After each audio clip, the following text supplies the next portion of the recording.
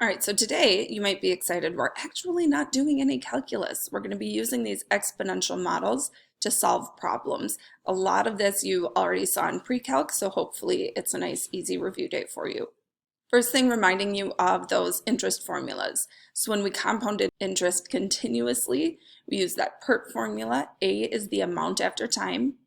P is the principal, the initial amount invested. R is the rate, and T is the time. And then we have when it's not compounded continuously, and that is that green formula where N is the number of times per year that it is compounded. Starting off with a question, how long will it take an investment to double? This is kind of like yesterday at the end of the lesson, we looked at half-life, and the amount after time was half of the initial amount. So I just set 1/2 equal to. This time I'm going to set 2 equal to because we want to double our investment. Again, this would assume an initial investment of 1.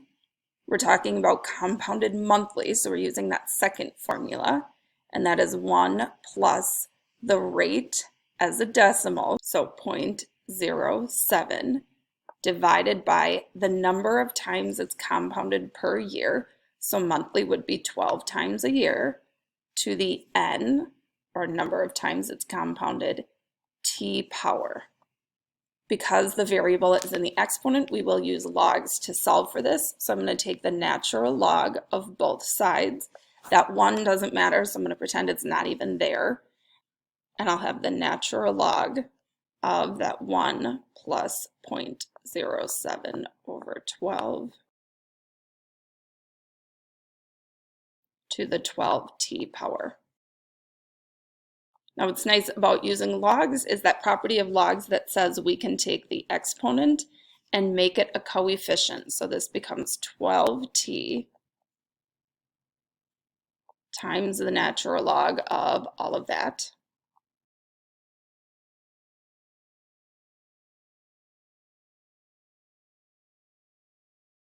Equals, of course, that natural log of 2.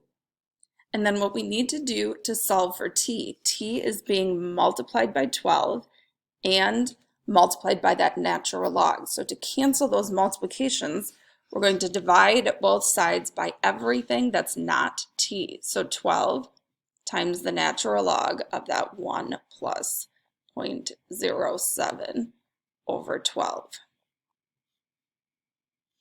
Subbing all of that into the calculator, it would take about 9.931 years for our investment to double. Similar example, this time we're talking about population. We're using that same model we looked at yesterday, C e to the kt. We know what the population is in 2007. It says use t equals 0 for the year 2000. So 7 years later, the population was 80.3 million. So there's our ordered pair. And we're going to sub that in with our constant of proportion to solve for the initial amount. So P, the amount after time, was that 80.3. We don't know our initial amount. E to that constant of proportionality was 0.017. And time was 7 years later. To solve for C, we have C being multiplied by e to the power. So I'm going to divide both sides by e to that power to solve for C. And I got 71.291 million.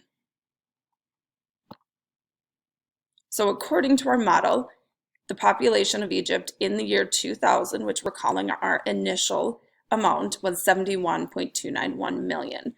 So we're going to sub that back in to write our model. So we have P equals 71.291 times e to the 0.017 t power. All right, so now we're going to use that model to predict the population in 2015. Since we called the year 2000 our initial amount, we'll just put 15 in for time and solve.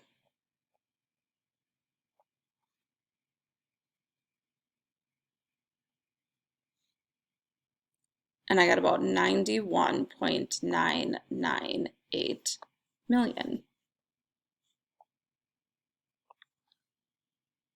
All right, so nice short lesson for you today. Hopefully the assignment goes smoothly for you. Of course, reach out to me if you do have any questions, but hopefully you have some extra time today to maybe go outside, take your dog for a walk if you have one, go for a bike ride, and get some fresh air.